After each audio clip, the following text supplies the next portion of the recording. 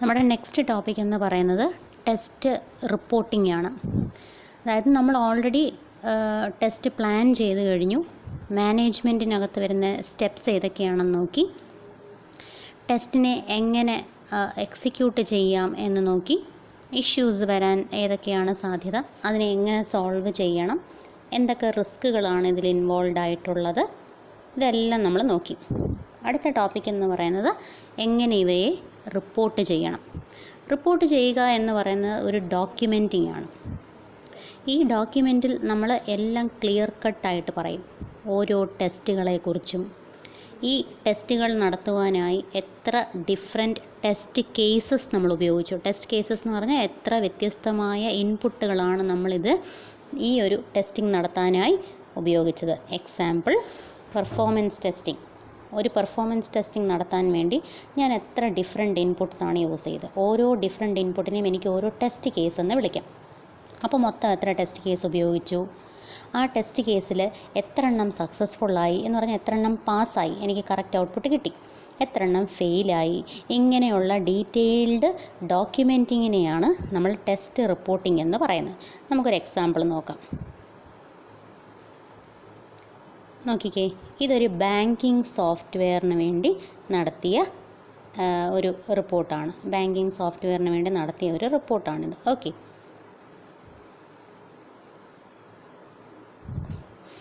ഈ ബാങ്കിങ് സോഫ്റ്റ്വെയറിൽ നമുക്കറിയാം, ബാങ്കിൽ പുതിയ കസ്റ്റമേഴ്സിനെ നമുക്ക് ആഡ് ചെയ്യേണ്ടതായി വരുന്നുണ്ട്. അല്ലെങ്കിൽ ഏതെങ്കിലുമൊക്കെ കസ്റ്റമറിൻ്റെ ഡീറ്റെയിൽസ് നമുക്ക് എഡിറ്റ് ചെയ്യേണ്ട സാഹചര്യവും വരുന്നുണ്ട്. നിലവിലില്ലാത്ത കസ്റ്റമേഴ്സിൻ്റെ ഡീറ്റെയിൽസ് റിമൂവ് ചെയ്യേണ്ടി വന്നേക്കാം. ഓൾറെഡി ഉള്ള കസ്റ്റമേഴ്സിന് പുതിയൊരു അക്കൗണ്ട് ക്രിയേറ്റ് ചെയ്യേണ്ടി വന്നേക്കാം. അദ്ദേഹത്തിന് ഒരു പക്ഷേ അവിടെ ഒരു സേവിങ്സ് അക്കൗണ്ട് ഉണ്ടാകാം. ഇതിന് പുറമേ അവർക്ക് വേണമെങ്കിൽ ഒരു ലോൺ അക്കൗണ്ട് ക്രിയേറ്റ് ചെയ്യാം. അപ്പം എക്സിസ്റ്റിംഗ് കസ്റ്റമേഴ്സിനെ ആഡ് ചെയ്യുകയോ അവരുടെ ഡീറ്റെയിൽസ് എഡിറ്റ് ചെയ്യുകയോ അവരുടെ ഡീറ്റെയിൽസ് ഡിലീറ്റ് ചെയ്യുകയോ ചെയ്യുന്നത് പോലെ തന്നെ നിലവിലുള്ള കസ്റ്റമേഴ്സിന് പുതിയ അക്കൗണ്ടുകൾ ആഡ് ചെയ്യാം, നിലവിലുള്ള അക്കൗണ്ടിനെ എഡിറ്റ് ചെയ്യാം, അല്ലെങ്കിൽ ഒരു അക്കൗണ്ടിനെ ഡിലീറ്റ് വേണമെങ്കിൽ ചെയ്യും. ഇപ്പോൾ ലോൺ ഫുള്ള് അടച്ച് തീർത്തു ക്ലോസ് ആവുകയാണെന്നുണ്ടെങ്കിൽ ആ അക്കൗണ്ട് നമ്മൾ ഡിലീറ്റ് ചെയ്യും. അപ്പോൾ ഇത്തരത്തിലുള്ള വ്യത്യസ്തമായ ഓപ്പറേഷൻസാണ് ഒരു ബാങ്കിൽ നമ്മൾ നടത്തുന്നത്. അപ്പോൾ ഈ ഓരോ ഫങ്ഷൻസും പെർഫോം ചെയ്യാൻ ശരിക്കും ഈ സോഫ്റ്റ്വെയറിന് സാധിക്കുന്നുണ്ടോ എന്ന് നമ്മൾ ചെക്ക് ചെയ്യണ്ടേ. അപ്പോൾ ടെസ്റ്റ് ചെയ്യണം. എന്താണ്, റൺ ചെയ്യുന്ന സമയത്ത് പുതിയൊരു കസ്റ്റമറിൻ്റെ ഡീറ്റെയിൽസ് ആഡ് ചെയ്ത് നോക്കുക.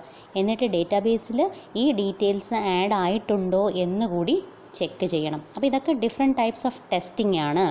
ഓക്കെ, പുതിയ ഡീറ്റെയിൽസ് ആഡ് ചെയ്യാൻ പറ്റുന്നുണ്ടോ, ഒരു കസ്റ്റമർ ഡീറ്റെയിൽസ് ഡിലീറ്റ് ചെയ്യാൻ പറ്റുന്നുണ്ടോ, അതോ ഡിലീറ്റ് ചെയ്ത ശേഷവും കസ്റ്റമറിൻ്റെ ID അവിടെ ഡിസ്പ്ലേ ആവുന്നുണ്ടോ, ശരിക്കും ഡേറ്റാബേസിൽ നിന്ന് ഇത് ഡിലീറ്റ് ആയിട്ടുണ്ടോ, എഡിറ്റ് ചെയ്ത് കഴിഞ്ഞാൽ സേവ് ചെയ്യുമ്പോൾ ഡീറ്റെയിൽസ് അപ്ഡേറ്റഡ് ആകുന്നുണ്ടോ. അപ്പോൾ ഈ ഓരോ ഫങ്ഷൻസും പ്രോപ്പറായി നടക്കുന്നോ ഇല്ലയോ എന്നറിയാൻ വേണ്ടിയിട്ടാണ് നമ്മൾ ടെസ്റ്റിംഗ് ചെയ്യുന്നത്. അപ്പോൾ നമ്മൾ ഇവിടെ കുറച്ച് കോളംസ് മാർക്ക് ചെയ്തിട്ടുണ്ട്. ആദ്യം ഫങ്ഷൻസ് എന്ന ഹെഡിങ്ങിൽ നമ്മൾ എഴുതും എന്താണ് ടെസ്റ്റ് ചെയ്യാൻ പോകുന്നത്. അവിടെ ന്യൂ കസ്റ്റമർ എന്ന് പറഞ്ഞാൽ പുതിയ കസ്റ്റമറിനെ ആഡ് ചെയ്യുന്ന സെക്ഷനാണ് നമ്മൾ ചെക്ക് ചെയ്യാൻ പോകുന്നത്. അടുത്ത കോളം എന്താ, ഡിസ്ക്രിപ്ഷൻ. അപ്പോൾ ന്യൂ കസ്റ്റമർ എന്ന് പറഞ്ഞിട്ട് ഇത് എന്തിനു വേണ്ടിയിട്ടുള്ളതാണ് എന്ന ഡീറ്റെയിൽസ് അവിടെ കൊടുക്കുന്നു. Check new customer is created. അപ്പം ന്യൂ കസ്റ്റമർ എന്നതാണ് നമ്മുടെ ഫംഗ്ഷൻ. ഈ ഫംഗ്ഷൻ ഉപയോഗിക്കുന്നത് പുതിയ കസ്റ്റമറിനെ ആഡ് ചെയ്യാൻ പറ്റുന്നുണ്ടോ ഇല്ലയോ എന്നാണ് നമ്മൾ ചെക്ക് ചെയ്യുന്നത്. അപ്പോൾ ഓരോ ഫംഗ്ഷൻ്റെ പേരും അതിൻ്റെ ഡിസ്ക്രിപ്ഷനും കൊടുക്കുക. പിന്നെന്താ കൊടുക്കേണ്ടത്, TC എന്ന് പറഞ്ഞാൽ ടെസ്റ്റ് കേസസ്. ഈ ഫംഗ്ഷൻ കറക്റ്റായി വർക്ക് ചെയ്യുന്നോ ഇല്ലയോ എന്ന് നമ്മൾ ടെസ്റ്റ് ചെയ്യാനായി ഡിഫറെൻറ്റ് ടൈപ്സ് ഓഫ് ഇൻപുട്സ് കൊടുത്ത് നോക്കുക. ഓക്കെ, അപ്പം വ്യത്യസ്തമായ പേരുകളുള്ള കസ്റ്റമറിൻ്റെ ഡീറ്റെയിൽസ് ആഡ് ചെയ്ത് നോക്കുക, ഒരേ പേരുള്ള കസ്റ്റമേഴ്സിൻ്റെ ഡീറ്റെയിൽസ് ആഡ് ചെയ്ത് നോക്കുക. അങ്ങനെ വ്യത്യസ്തമായ ഇൻപുട്ടുകളൊക്കെ കൊടുത്ത് നമ്മൾ ഡിഫറെൻറ്റ് ടെസ്റ്റ് കേസസ് വെച്ചിട്ട് ഈ ഒരു ഫംഗ്ഷൻ ചെക്ക് ചെയ്യേണ്ടതാണ്. അപ്പം ഇവിടെ 100% കാണിക്കുന്നതെന്ന് വെച്ചാൽ ഞാൻ എത്രത്തോളം ഇൻപുട്ടുകളിട്ട് ടെസ്റ്റ് ചെയ്യണമെന്ന് വിചാരിച്ചോ ആ ഓരോ ഇൻപുട്ടുകളും ഞാൻ ടെസ്റ്റ് ചെയ്ത് കഴിഞ്ഞു എന്നാണ്. 100% ടെസ്റ്റിംഗ് ഓക്കെയാണ്, ടെസ്റ്റിംഗ് കഴിഞ്ഞിരിക്കുന്നു എന്നാണ് ഇവിടെ കാണിച്ചിരിക്കുന്നത്. ഇപ്പം ഞാൻ പറയുകയാണ് 75% എന്നാണ് ഇവിടെ എഴുതിയിരിക്കുന്നതെങ്കിൽ അതിൻ്റെ അർത്ഥം ഞാൻ എത്രത്തോളം ടെസ്റ്റ് ചെയ്യണമെന്ന് വിചാരിച്ചോ അതിൻ്റെ 75% വാല്യൂസ് വെച്ച് ടെസ്റ്റ് ചെയ്ത് കഴിഞ്ഞു. ഇനി ഒരു 25% വാല്യൂസും കൂടി ഇട്ട് ടെസ്റ്റ് ചെയ്യാൻ ബാക്കിയുണ്ട്. അപ്പോൾ എത്രത്തോളം നമ്മൾ എക്സിക്യൂട്ട് ചെയ്ത് കഴിഞ്ഞു എന്നതിൻ്റെ കണക്ക് ബോധിപ്പിക്കണം. പിന്നെ ഈ ടെസ്റ്റ് ചെയ്തതിൽ എത്രത്തോളം ടെസ്റ്റ് കേസസ് എനിക്ക് സക്സസ്ഫുൾ റിസൾട്ട് തന്നു, ഞാൻ എക്സ്പെക്റ്റ് ചെയ്ത ഔട്ട്പുട്ട് ഏതൊക്കെ ടെസ്റ്റ് കേസസിന് എനിക്ക് കിട്ടി, അപ്പോൾ പെർസെൻറ്റേജ് ഓഫ് പാസ്, എത്ര ശതമാനം ടെസ്റ്റ് പാസ്സായി ഇനി എന്നുള്ളത് ഇവിടെ കാണിക്കുക. ഇനി TC പെൻഡിങ് എന്ന് പറഞ്ഞാൽ ഓൾറെഡി ഞാനിവിടെ പറഞ്ഞു എല്ലാ ടെസ്റ്റുകളും ഞാൻ ആ ഒരു ഫംഗ്ഷന് ചെക്ക് ചെയ്യാൻ ആവശ്യമായ എത്ര ഇൻപുട്ടുകളാണോ ഞാൻ റെഡിയാക്കി വെച്ചിരുന്നത് എല്ലാ ഇൻപുട്ടും ഞാൻ ചെക്ക് ചെയ്ത് കഴിഞ്ഞു. 100% ടെസ്റ്റ് കേസസ് ചെക്ക് ചെയ്ത് കഴിഞ്ഞു എന്നാണ് ഇവിടെ കൊടുത്തിരിക്കുന്നത്. എന്ന് വെച്ചാൽ ഇനിയും പെൻഡിങ് ഒന്നുമില്ല. ഒരു പക്ഷേ ഞാനിവിടെ 75% എന്നായിരുന്നു എഴുതിയിരുന്നതെങ്കിൽ ബാക്കി 25% ഇവിടെ പെൻഡിങ്ങിൽ കാണിക്കേണ്ടി വന്നേനെ. ഓക്കെ, ഇപ്പോൾ എല്ലാ ഇൻപുട്ടുകളും ചെക്ക് ചെയ്ത് കഴിഞ്ഞതുകൊണ്ടാണ് പെൻഡിങ് ഒന്നുമില്ല എന്ന് കാണിക്കുന്നത്. ഇനി നമ്മൾ ഈ നടത്തിയ ഓരോ ടെസ്റ്റിലും ഓരോ വ്യത്യസ്തമായ ടെസ്റ്റ് കേസസ് ഉപയോഗിച്ച് നമ്മൾ ടെസ്റ്റിംഗ് ചെയ്തപ്പോഴും എത്ര എണ്ണം പാസ്സായി എത്ര എണ്ണം ഫെയിലായി എന്നുള്ള ഡീറ്റെയിൽസും ഇതിൽ കാണിക്കുക. അതേപോലെ നമുക്ക് എക്സ്ട്രാ എന്തെങ്കിലും റിമാർക്സ് എഴുതണമെങ്കിൽ, നമുക്ക് എന്തെങ്കിലും കമൻറ്റുകൾ എഴുതി ചേർക്കണമെങ്കിൽ അത് ചേർക്കാം. പിന്നെ പ്രയോറിറ്റി കാണിക്കുക. ഒരുപാട് ഫംഗ്ഷനുകളുള്ളൊരു പ്രോഗ്രാമായിരിക്കാം നമ്മുടെ സോഫ്റ്റ്വെയർ എന്ന് പറയുന്നത്. അതിൽ ഓരോ ഫംഗ്ഷനും പ്രയോറിറ്റി വ്യത്യാസമായിരിക്കും. ഹൈ പ്രയോറിറ്റി ഉള്ള ഫംഗ്ഷൻസും ഉണ്ടാവാം, ലോ പ്രയോറിറ്റി ഉള്ള ഫംഗ്ഷൻസും ഉണ്ടാവാം. അപ്പോൾ പ്രയോറിറ്റി എത്രത്തോളം വലുതാണ് അല്ലെങ്കിൽ എത്രത്തോളം മീഡിയമാണ് ലോ ആണെന്നൊക്കെ നമുക്കിവിടെ ഡിസ്ക്രിപ്ഷൻസ് കൊടുക്കാൻ സാധിക്കുന്നതാണ്. അപ്പോൾ ഇത്രയും ഡീറ്റെയിൽ ആയിട്ട് നമ്മൾ ചെക്ക് ചെയ്ത ഫങ്ഷൻസ് ഏതൊക്കെയാണെന്നും ആ ഓരോ ഫങ്ഷൻസ് എന്തിനു വേണ്ടിയിട്ടുള്ള ചെക്കിംഗ് ആണ്, ആ ഓരോ ഫങ്ഷൻസിലും ഏത് തരത്തിലെ ചെക്കിംഗ് ആണ് നമ്മൾ ചെയ്തതെന്നും മൊത്തം എത്ര ഇൻപുട്ടുകൾ ഉണ്ടായിരുന്നു എന്നും അതിൽ എത്ര എണ്ണം ചെക്ക് ചെയ്ത് കഴിഞ്ഞു, ഇനി എത്ര എണ്ണം ചെക്ക് ചെയ്യാൻ ബാക്കിയുണ്ട്, ഈ ഓരോ ഫങ്ഷനുകളുടെയും പ്രയോറിറ്റി എന്താണ്, ഇവയിൽ എത്ര എണ്ണം പാസ്സായി എത്ര എണ്ണം ഫെയിലായി, ഇങ്ങനെ ഒരു ഡീറ്റെയിൽഡ് റിപ്പോർട്ട് തയ്യാറാക്കുന്നതിനെയാണ് ടെസ്റ്റ് റിപ്പോർട്ട് എന്ന് പറയുന്നത്. അടുത്തതായി ഒരു ഗുഡ് ടെസ്റ്റ് റിപ്പോർട്ടിന് എന്തൊക്കെ ഫീച്ചേഴ്സ് ഉണ്ടായിരിക്കണം എന്നാണ് പറയുന്നത്. അതിൽ പ്രോജക്റ്റിനെ കുറിച്ചുള്ള ഇൻഫർമേഷൻ ഉണ്ടായിരിക്കണം. പ്രോജക്റ്റ് ഇൻഫർമേഷൻ എന്ന് പറഞ്ഞാൽ ഇപ്പോൾ ഒരു ബാങ്കിങ് സോഫ്റ്റ്വെയർ ഉണ്ടാക്കുന്നതെന്ന് ഞാൻ പറഞ്ഞല്ലോ. അപ്പോൾ ആ ബാങ്കിങ് സോഫ്റ്റ്വെയറിനെ കുറിച്ച് എന്തൊക്കെ ഡീറ്റെയിൽസ് നമ്മൾ സ്റ്റോർ ചെയ്യണം? അതെ, പ്രോജക്റ്റിൻ്റെ നെയിം, പ്രോഡക്റ്റിൻ്റെ നെയിം, പിന്നെ വേർഷൻ നമ്പർ, ഇതൊക്കെയാണ് ഒരു പ്രോജക്റ്റ് ഇൻഫർമേഷൻ എന്ന് പറയുന്നത്. വേർഷൻ നമുക്കറിയാം, ഏതൊരു സോഫ്റ്റ്വെയർ നമ്മൾ ക്രിയേറ്റ് ചെയ്താലും അത് പിന്നീട് നമ്മൾ അപ്ഗ്രേഡ് ചെയ്യാറുണ്ട്. അപ്പം വേർഷൻ നമ്പർ വ്യക്തമായി നമ്മൾ പറഞ്ഞിരിക്കണം. അത് ആ പ്രോജക്റ്റിനെ സംബന്ധിക്കുന്ന ഒരു പ്രധാനപ്പെട്ട ഇൻഫർമേഷനാണ്. അപ്പോൾ വേർഷൻ ഓഫ് ദ പ്രോജക്റ്റ് അല്ലെങ്കിൽ വേർഷൻ ഓഫ് ദ സോഫ്റ്റ്വെയർ പറഞ്ഞിരിക്കണം. പിന്നെ ഇവിടെ പ്രോജക്റ്റ് നെയിമെന്നും പ്രോഡക്റ്റ് നെയിമെന്നും പറയുന്നു. നമ്മുടെ പ്രോഡക്റ്റ് എന്ന് പറയുന്നത് ഒരു ബാങ്കിങ് സോഫ്റ്റ്വെയർ ആണ്. പ്രോജക്റ്റിൻ്റെ പേരെന്താ? ഇപ്പം ഞാൻ റിയൽ ലൈഫ് എക്സാമ്പിൾ പറയാം. ഒരു ബാങ്കിങ് സോഫ്റ്റ്വെയർ ആണ് യോനോ ആപ്പ് എന്ന് പറയുന്നത്. അപ്പോൾ ഇപ്പം ഫെഡ്മോബ് എന്ന് പറയുന്നതും ഒരു ആപ്പാണ് അല്ലേ? ഇത് രണ്ടും ബാങ്കിങ് സോഫ്റ്റ്വെയർസാണ്. അപ്പോൾ പ്രോഡക്റ്റ് ബാങ്കിങ് സോഫ്റ്റ്വെയർ ആണെങ്കിലും പ്രോജക്റ്റിൻ്റെ പേര് യോനോ ആവാം അല്ലെങ്കിൽ ഫെഡ്മോബ് എന്നാവാം. അപ്പോൾ ആ ഫേം അല്ലെങ്കിൽ ആ സ്ഥാപനം, ഓർഗനൈസേഷൻ അവരുടെ പ്രോഡക്റ്റിന് കൊടുക്കുന്ന പേരാണ് പ്രോജക്റ്റ് നെയിം എന്ന് പറയുന്നത്. പ്രോഡക്റ്റ് എന്ത് പർപ്പസിന് വേണ്ടിയിട്ടുള്ളതാണ് എന്ന് ഇൻഡിക്കേറ്റ് ചെയ്യുന്നതാണ്. ഓക്കെ, അപ്പോൾ നമ്മുടെ എക്സാമ്പിൾ നമുക്ക് വേണമെങ്കിൽ പറയാം, പ്രോഡക്റ്റ് ബാങ്കിങ് സോഫ്റ്റ്വെയർ ആണ്, name of the project YONO ആപ്പാണ്. ഞാൻ ഒരു എക്സാമ്പിൾ തന്നേ ഉള്ളൂ. അപ്പോൾ ഇത്തരത്തിലെ പ്രോഡക്റ്റ് നെയിം, പ്രോജക്റ്റ് നെയിം, പിന്നെ വേർഷൻ നമ്പർ, ഇതൊക്കെയാണ് പ്രോജക്റ്റിനെ റിലേറ്റ് ചെയ്യുന്ന ഇൻഫർമേഷൻ. ഏതൊരു ടെസ്റ്റ് റിപ്പോർട്ട് നിങ്ങൾ പ്രിപ്പയർ ചെയ്താലും ഈ 3 കാര്യങ്ങളും ഉൾപ്പെടുത്തിക്കൊണ്ടൊരു പ്രോജക്റ്റ് ഇൻഫർമേഷൻ അതിലുണ്ടാവണം. 2, ടെസ്റ്റിനെ കുറിച്ചുള്ളൊരു ഒബ്ജക്റ്റീവ്. ടെസ്റ്റിൻ്റെ ഒബ്ജക്റ്റീവ് എന്താണ്? ഇപ്പം ഞാനിവിടെ സിസ്റ്റം ടെസ്റ്റിംഗ് നടത്തിയിട്ടുണ്ട്, പിന്നെ കോഡ് കവറേജ് ടെസ്റ്റിംഗ് നടത്തിയിട്ടുണ്ട്, പിന്നെ വ്യത്യസ്തമായ ബ്ലാക്ക് ബോക്സ് ടെസ്റ്റിങ്ങുകൾ നടത്തിയിട്ടുണ്ട്, പെർഫോമൻസ് ടെസ്റ്റിംഗ് നടത്തിയിട്ടുണ്ട്, യൂണിറ്റ് ടെസ്റ്റിംഗ് നടത്തിയിട്ടുണ്ട്. ഇങ്ങനെ വ്യത്യസ്തമായ ടെസ്റ്റിങ്ങുകളാണ് ഞാൻ നടത്തിയിട്ടുള്ളത്. ഓരോ ടെസ്റ്റിംഗ് നടത്തുമ്പോഴും എൻ്റെ ഒബ്ജക്റ്റീവ് എന്താണ്, എൻ്റെ മെയിൻ എയിം എന്താണ് എൻ്റെ ഉദ്ദേശം. ബാങ്കിങ് സോഫ്റ്റ്വെയർ ആണെങ്കിൽ യൂണിറ്റ് ടെസ്റ്റിംഗ് നടത്തുമ്പോൾ ഓരോ യൂണിറ്റ് എന്ന് പറഞ്ഞാൽ ഓരോ മോഡ്യൂളും എത്ര മോഡ്യൂളുകളുണ്ടോ ഓരോ മോഡ്യൂളും അതിൻ്റേതായ ഫങ്ഷൻ കറക്റ്റായി ചെയ്യുന്നുണ്ടോ ഇല്ലയോ എന്നാണ് ഞാൻ ചെക്ക് ചെയ്യുന്നത്. അപ്പോൾ എൻ്റെ ഒബ്ജക്റ്റീവ് അതാണ്. പെർഫോമൻസ് എന്ന് പറയുമ്പോൾ ബാങ്കിങ് സോഫ്റ്റ്വെയറിൻ്റെ പെർഫോമൻസ് എന്ന് പറയുമ്പോൾ നല്ല സെക്യൂർ ആയിരിക്കണം, ഹൈ പെർഫോമൻസ് ആയിരിക്കണം, അതേപോലെ മൾട്ടി ടാസ്കിങ് ആയിരിക്കണം. എത്ര കസ്റ്റമേഴ്സ് റിക്വസ്റ്റ് ചെയ്താലും ഓൺ ദ സ്പോട്ട് അവർക്ക് റെസ്പോൺസ് കിട്ടണം. അപ്പം നല്ല രീതിയിലുള്ള പെർഫോമൻസ് ആയിരിക്കണം ആ സോഫ്റ്റ്വെയർ കാഴ്ചവെക്കുക.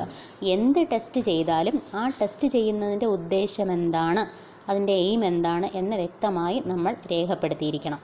പിന്നെ ടെസ്റ്റ് സമ്മറിയാണ്. ടെസ്റ്റ് സമ്മറി എന്ന് പറയുമ്പോൾ അതിൽ എന്തൊക്കെ കാര്യങ്ങളുണ്ടായിരിക്കണം? മൊത്തം എത്ര ടെസ്റ്റ് കേസസ് ഞാൻ എക്സിക്യൂട്ട് ചെയ്തു, ഓക്കെ, ഇതിൽ എത്ര ടെസ്റ്റ് കേസസിൽ എനിക്ക് സക്സസ്ഫുൾ റിസൾട്ട് കിട്ടി, അതായത് എത്ര ടെസ്റ്റ് കേസ് പാസ്സായി, എത്ര എണ്ണത്തിൽ ഞാൻ പ്രതീക്ഷ ഔട്ട്പുട്ട് അല്ല എനിക്ക് കിട്ടിയത്, അപ്പോൾ എത്ര എണ്ണം ഫെയിലായി. പാസ് പെർസെൻറ്റേജ് എന്ന് പറഞ്ഞാൽ മൊത്തം എത്ര ടെസ്റ്റുകൾ നടത്തി അതിലെത്ര എണ്ണം പാസ്സായി, അപ്പോൾ അത് വെച്ചിട്ട് പാസ് പെർസെൻറ്റേജ് കണ്ടുപിടിക്കാം. എങ്ങനെ?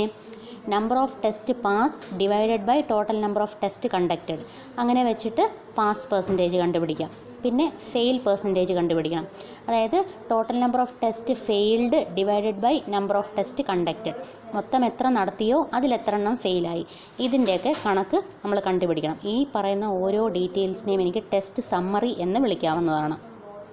അപ്പോൾ ടെസ്റ്റ് റിപ്പോർട്ടിൽ ഈ പറയുന്ന കാര്യങ്ങളെല്ലാം ഉണ്ടാവണം. എന്തൊക്കെയാണ്?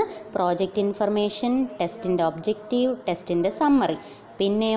പിന്നെ ഉണ്ടായിരിക്കേണ്ടതാണ് ഡിഫക്റ്റിനെ കുറിച്ചുള്ള ഡീറ്റെയിൽസ്. നമ്മുടെ പ്രോജക്റ്റ് നമ്മൾ ടെസ്റ്റ് ചെയ്ത സമയത്ത് ഈ പ്രോഡക്റ്റിൽ എന്തൊക്കെ ഡിഫക്റ്റുകളാണ് അറൈസ് ചെയ്ത് വന്നത് അതിനെക്കുറിച്ചുള്ളൊരു റിപ്പോർട്ട്. ടെസ്റ്റിൻ്റെ ഡിഫക്റ്റ് റിപ്പോർട്ട് എന്ന് പറയുമ്പോൾ എന്തൊക്കെ ഉൾപ്പെടുത്തണം അതിനകത്ത്? മൊത്തം എത്ര എററുകളാണ് ജനറേറ്റ് ചെയ്തത്, മൊത്തം എത്ര എററുകൾ ജനറേറ്റ് ചെയ്തു, ഓക്കെ. 2, ഈ എററുകളുടെ സ്റ്റാറ്റസ് എന്താണ്? ഒന്നി അത് ഓപ്പൺ ആവാം അല്ലെങ്കിൽ ക്ലോസ്ഡ് ആവാം. ഓപ്പൺ എന്ന് പറഞ്ഞാൽ ഇപ്പോഴും അത് കറക്റ്റ് ചെയ്യാൻ സാധിച്ചിട്ടില്ല, എറർ ഇപ്പോഴും നിലവിലുണ്ട്, ഓക്കെ, എന്നതാണ് ഓപ്പണിൻ്റെ അർത്ഥം. ക്ലോസ്ഡ് എന്ന് പറഞ്ഞാൽ എറർ സംഭവിച്ചു, പക്ഷേ അതിനെ പൂർണ്ണമായും നമ്മൾ ഇഷ്യൂ സോൾവ് ചെയ്തിട്ടുണ്ട്, ഇനി ആ എറർ സംഭവിക്കില്ല, ഇറ്റ് ഈസ് ക്ലോസ്ഡ് എന്ന് പറയാം. അപ്പോൾ കംപ്ലീറ്റ്ലി റിസോൾവ് ആയതിനെ ക്ലോസ്ഡ് എന്നും ഇനിയും റിസോൾവ് ആകാൻ ബാക്കിയുള്ളതിനെ ഓപ്പൺ എന്നും വിളിക്കാം. മൊത്തം എത്ര എറർ സംഭവിച്ചു എന്നും അതിൽ എത്ര എണ്ണം ഓപ്പൺ ആണ്, എത്ര എണ്ണം ക്ലോസ്ഡ് ആണ്, ഇത് വ്യക്തമായി പറഞ്ഞിരിക്കണം. പിന്നെ ഓരോ എററുകളുടെയും നേർക്ക് ഇത് ഓപ്പൺ ആണോ ക്ലോസ്ഡ് ആണോ എന്ന് വ്യക്തമായി രേഖപ്പെടുത്തിയിരിക്കണം. മൊത്തം എത്ര ഓപ്പൺ ഉണ്ട്, മൊത്തം എത്ര ക്ലോസ്ഡ് ബഗ് ഉണ്ടെന്ന് പറയണം. അതുകൂടാതെ ഓരോ ബഗ്ഗിൻ്റെയും പേരെഴുതി ഓരോ ബഗ്ഗിൻ്റെയും നേർക്ക് അതിൻ്റെ ടൈപ്പ് വ്യക്തമായി പറഞ്ഞിരിക്കണം. പിന്നെ ഇതിൽ ഓരോ ബഗ്ഗിൻ്റെയും പ്രയോറിറ്റി എന്താണ്? നിസ്സാരമായ ചെറിയ എററൊക്കെയാണ്, അത് കാര്യമാക്കേണ്ടതില്ല. ചിലത് സീരിയസ് എറേഴ്സ് ആവാം, അത് ഹൈ പ്രയോറിറ്റിയിൽ കൊടുക്കുക. അങ്ങനെ പ്രയോറിറ്റൈസ് ചെയ്ത് ബഗ്ഗുകളെ ലിസ്റ്റ് ചെയ്യുക. അപ്പോൾ ഇത്തരത്തിലെ ഡീറ്റെയിൽസ് ഡിഫക്റ്റിനെ കുറിച്ച് നമ്മൾ കൊടുക്കേണ്ടതാണ്. നമുക്ക് മറ്റൊരു റിപ്പോർട്ട് കൂടി നോക്കാം. പ്രോജക്റ്റിൻ്റെ പേര് ഗുരു 99 ബാങ്കിങ് സോഫ്റ്റ്വെയർ ആണ്. എന്ത് ടെസ്റ്റാണ് ചെയ്തിരിക്കുന്നത്? പെർഫോമൻസ് ടെസ്റ്റാണ്. എത്ര എണ്ണം പാസ്സായി? 250 ടെസ്റ്റുകൾ പാസ്സായി, 30 ടെസ്റ്റുകൾ ഫെയിലായി, ഇതുവരെ 30 എണ്ണം എക്സിക്യൂട്ട് ചെയ്തിട്ടുമില്ല, മൊത്തം 310. അപ്പോൾ ഇതൊരു ബ്രീഫ് റിപ്പോർട്ടിങ്ങാണ്. നമ്മൾ എഴുതുമ്പോൾ വളരെ ക്രിസ്പായിട്ട് എഴുതാൻ പാടില്ല, കുറച്ച് ഡീറ്റെയിൽസ് അതിൽ ഉൾപ്പെടുത്തിയിരിക്കണം. എന്നാൽ വളരെ ചുരുങ്ങിയ എന്ന് പറഞ്ഞാൽ ഒത്തിരി ഡീറ്റെയിൽഡും ആകാൻ പാടില്ല, എന്നാൽ ഒന്നുമില്ലാത്ത അവസ്ഥയിൽ ആർക്കും വായിച്ചാൽ പെട്ടെന്ന് മനസ്സിലാവാത്ത രീതിയിൽ വളരെ ചുരുക്കത്തിലും എഴുതാൻ പാടില്ല. മിനിമം ഒരു ടെസ്റ്റ് റിപ്പോർട്ട് ക്രിയേറ്റ് ചെയ്യുമ്പോൾ കുറച്ചൊക്കെ അത്യാവശ്യം എന്ന് തോന്നുന്ന കുറച്ച് ഡീറ്റെയിൽസ് നമ്മളതിൽ ഉൾപ്പെടുത്തിയിരിക്കണം, ഓക്കെ. ഇനി എന്തൊക്കെ കാര്യങ്ങളാണ് നമ്മൾ ശ്രദ്ധിക്കേണ്ടത്?